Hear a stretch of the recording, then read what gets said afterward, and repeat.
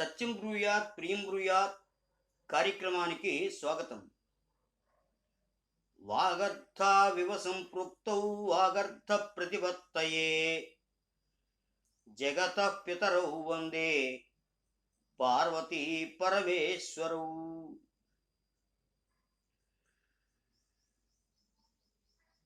స్కాంద పురాణం సరళానువాదంలో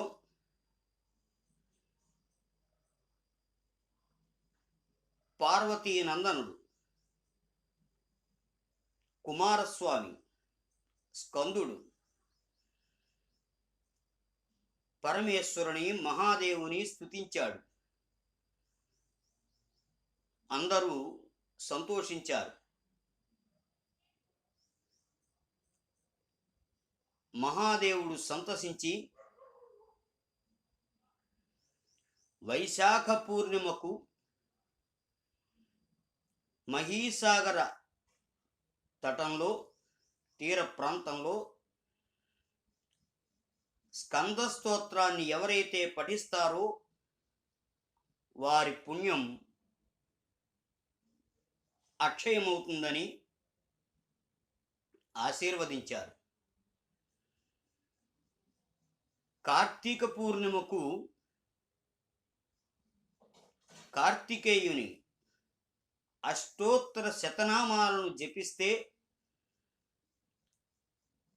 సర్వ సంకటాల నుండి విముక్తులవుతారని స్కాంద పురాణంలో చెప్పబడింది. నారదుల వారు అర్జునునకు కుమారస్వామి కోసం నిర్మించిన విజయస్తంభం గురించి, ప్రలంబ దాన వధ గురించి, భూగోళ వర్ణన గురించి వివరిస్తున్నారు. అనేక శివలింగాలను కార్తికేయుల వారు స్థాపించారు. తారకాసురుని వధ పాప ప్రాయశ్చిత్తం కోసం దేవతలందరూ కలిసి విజయ సూచికగా ఒక స్తంభాన్ని స్థాపించారు. దాని పేరు విశ్వనందకం. అక్కడే ఒక కూపాన్ని అంటే బావిని నిర్మించారు. ఆ బావి నుండి పాతాళగంగా పొంగి పొర్లింది. మాఘ కృష్ణ చతుర్దశి నాడు శివలింగ పూజ చేసేవారందరికీ పుణ్యఫల ప్రాప్తి కలుగుతుందని ఆశీర్వదించారు. మహీసాగర సంగమంలో 4 లింగాలను స్థాపించిన తరువాత కుమారస్వామి, స్కందస్వామి, మహాదేవనందునుడు, సిద్ధేశ్వరలింగమని మరొక లింగాన్ని ప్రతిష్ఠించారు. ఈ సమయంలో సర్పగణం అక్కడకు వచ్చింది. వచ్చి కుమారస్వామితో, స్వామి, తారకవధ జరుగుతున్న సమయంలో ప్రలంబాసురుడు అనేవాడు మీ బారి నుండి తప్పించుకున్నాడు.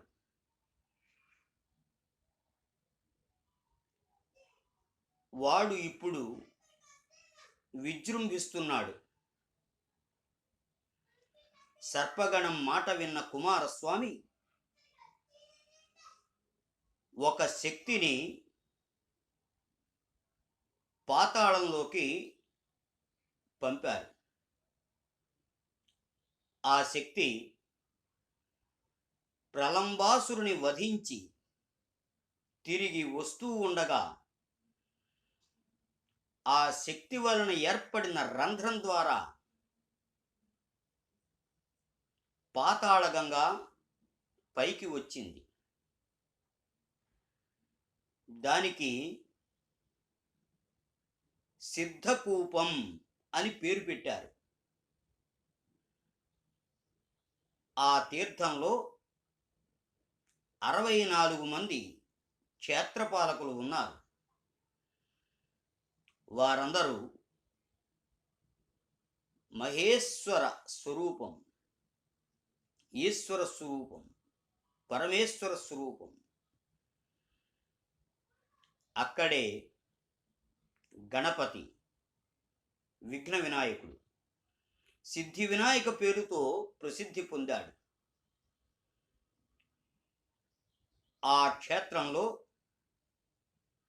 సిద్ధేశ్వరుడు, సిద్ధవటం, సిద్ధాంబిక, సిద్ధి వినాయక, సిద్ధేశ క్షేత్రాధిపతి, సిద్ధసుర, సిద్ధకూపం అని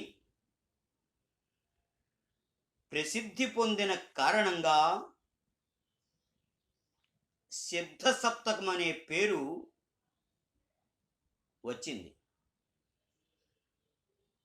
అటు పిమ్మట కుమారస్వామి మరుతస్కందం పేరుతో మరొక శివలింగాన్ని ప్రతిష్ఠించారు. ఈ విషయాలన్నిటినీ నారద మహర్షి అర్జునునకు చెప్పి భూగోళ విషయాన్ని ప్రస్తావిస్తున్నారు, వివరిస్తున్నారు, విపులీకరిస్తున్నారు. సృష్టికి ముందు ఈ జగత్తంతా ప్రకాశశూన్యం, అవ్యాకృత అవస్థలో జన్మరహితులైనటువంటి ప్రకృతి పురుషుడు ఒక్కటయ్యారు. స్వరూపభూత స్వరూప కాల ప్రేరణ చేత సృష్టి విషయకమైన సంకల్పం ప్రారంభమైంది.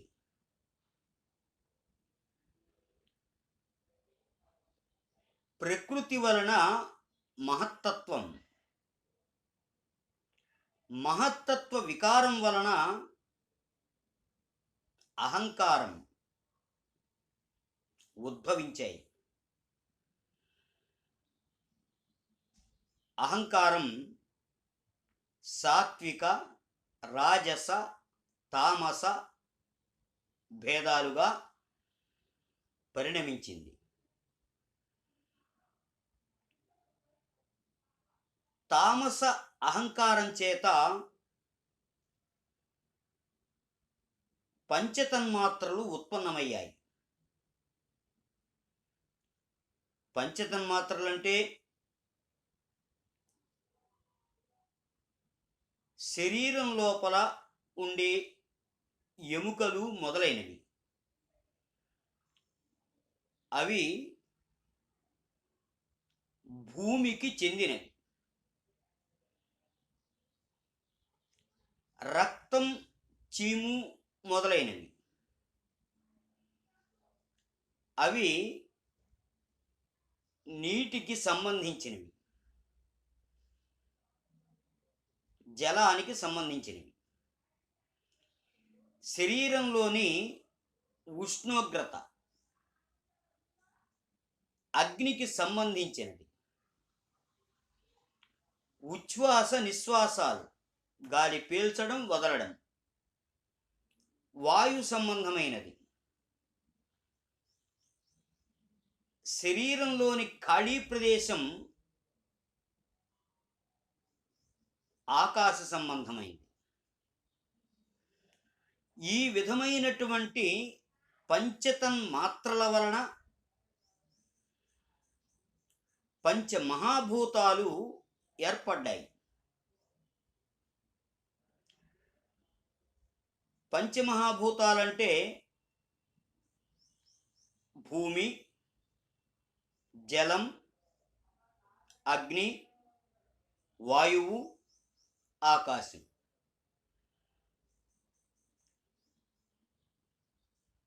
పృథివ్యప్తేజో వాయువాకాశాలు అనేటటువంటి పంచమహాభూతాల కార్యాలు చూద్దాం. శబ్ద, స్పర్శ, రూప, రస, గంధ గుణాలు కలది పృథివి.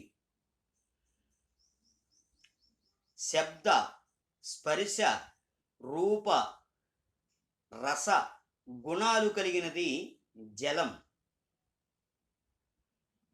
శబ్ద, స్పర్శ, రూపాలు కలిగినది అగ్ని.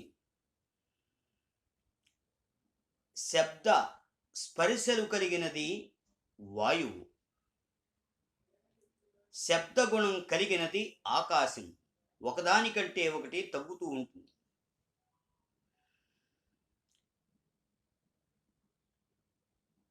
రాజస అహంకారం చేత పంచ జ్ఞానేంద్రియాలు. జ్ఞానేంద్రియాలంటే చర్మం, కన్ను, ముక్కు, చెవి, నాలుక. పంచ కర్మేంద్రియాలు నోరు, చేయి, పాదం, విసర్జనీయ స్థానాలు 2. రాజసాహంకార ఉత్పన్న కారకాలు. మనసు అనేది సాత్వికాహంకారం చేత ఉత్పన్నమైంది. ఈ విధంగా 24 తత్వాలు ఉత్పన్నమయ్యాయి. సదాశివుని యొక్క, పరమేశ్వరుని యొక్క, మహాదేవుని యొక్క దృష్టి వీటి మీద పడగానే నీటి బుడగల ఆకారంలో పరిణితి చెందాయి. ఆ నీటి బుడగల నుండి సుందరమైన అండం ఉత్పన్నమైంది. దాని పరిమాణం 100 కోట్ల యోజనాలు ఉంది. అదే బ్రహ్మాండం. దాని ఆత్మ బ్రహ్మ. బ్రహ్మగారు అలా ఏర్పడినటువంటి బ్రహ్మాండాన్ని 3 భాగాలు చేశారు. ఊర్ధ్వభాగం, మధ్య భాగం, అధోభాగం అని. ఊర్ధ్వ, మధ్య, అధోభాగాలే స్వర్గ, మర్త్య, పాతాళ లోకాలని.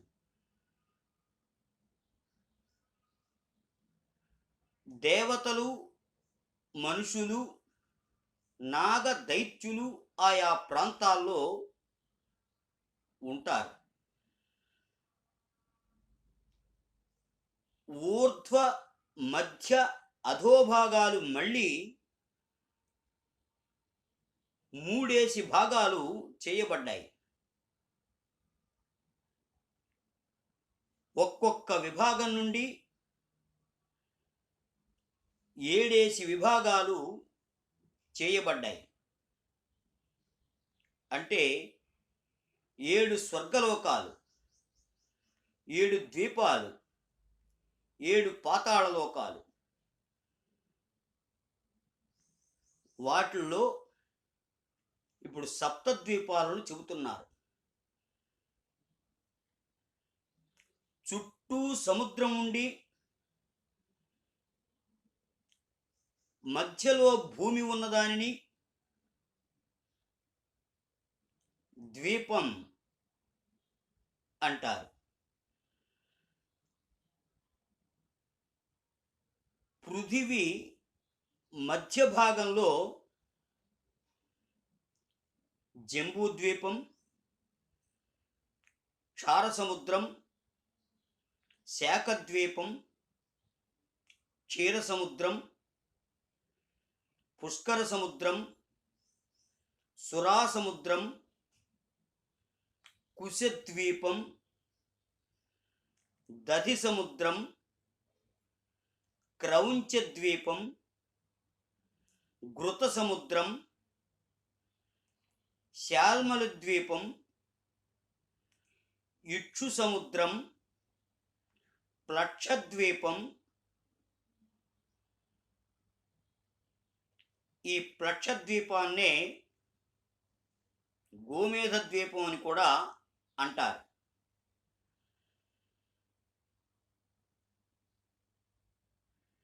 జంబూద్వీపం 1,00,000 యోజన విస్తీర్ణం. ఒకదానికంటే మరొకటి 2 రెట్లు ఎక్కువగా ఉంటూ ఉంటాయి.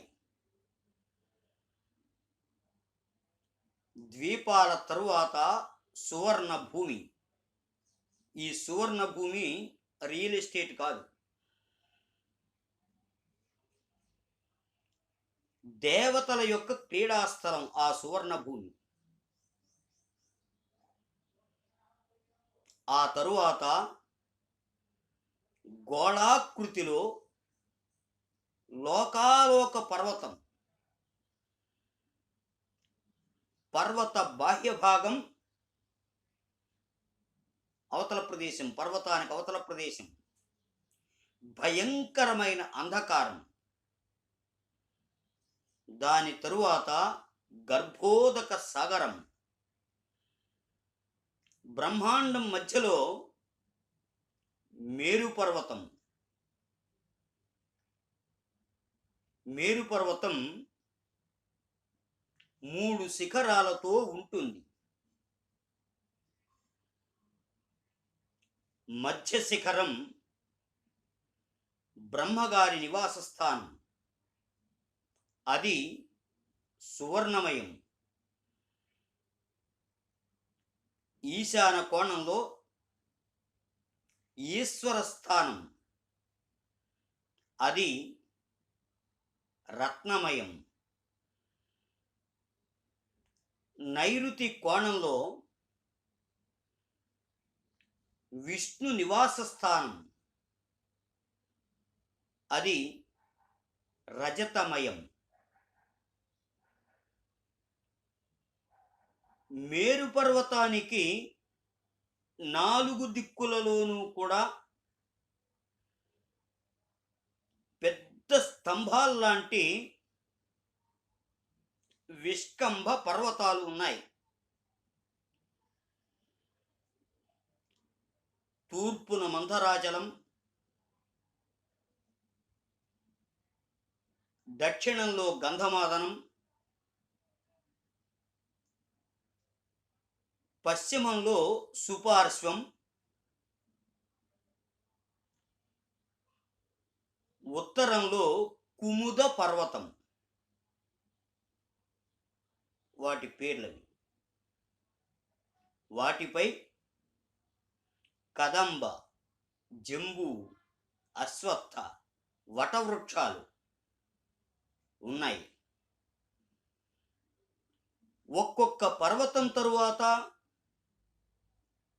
ఒక్కొక్కటిగా నందనవనం, చైత్రరథం, వైభ్రాజవనం, సర్వతోభద్ర వనాలు ఉన్నాయి. ఒక్కొక్క వనంలో ఒక్కొక్క సరోవరం, అరుణోదమాన శీతోద మహా హ్రదాలు ఉన్నాయి.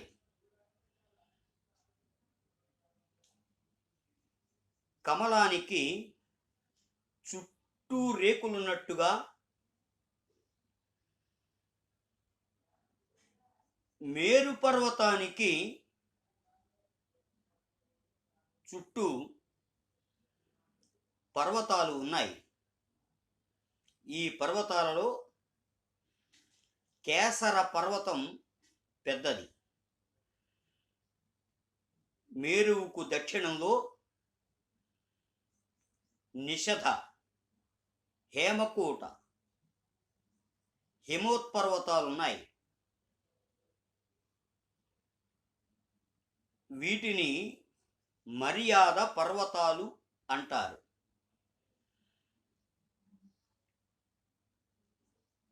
ఇవన్నీ జంబూ ద్వీపాన్ని ఆవరించుకుని ఉన్నాయి. మిగిలిన విషయాలను మరో రోజు చూద్దాం. స్వస్తి. శుభం భూయాత్.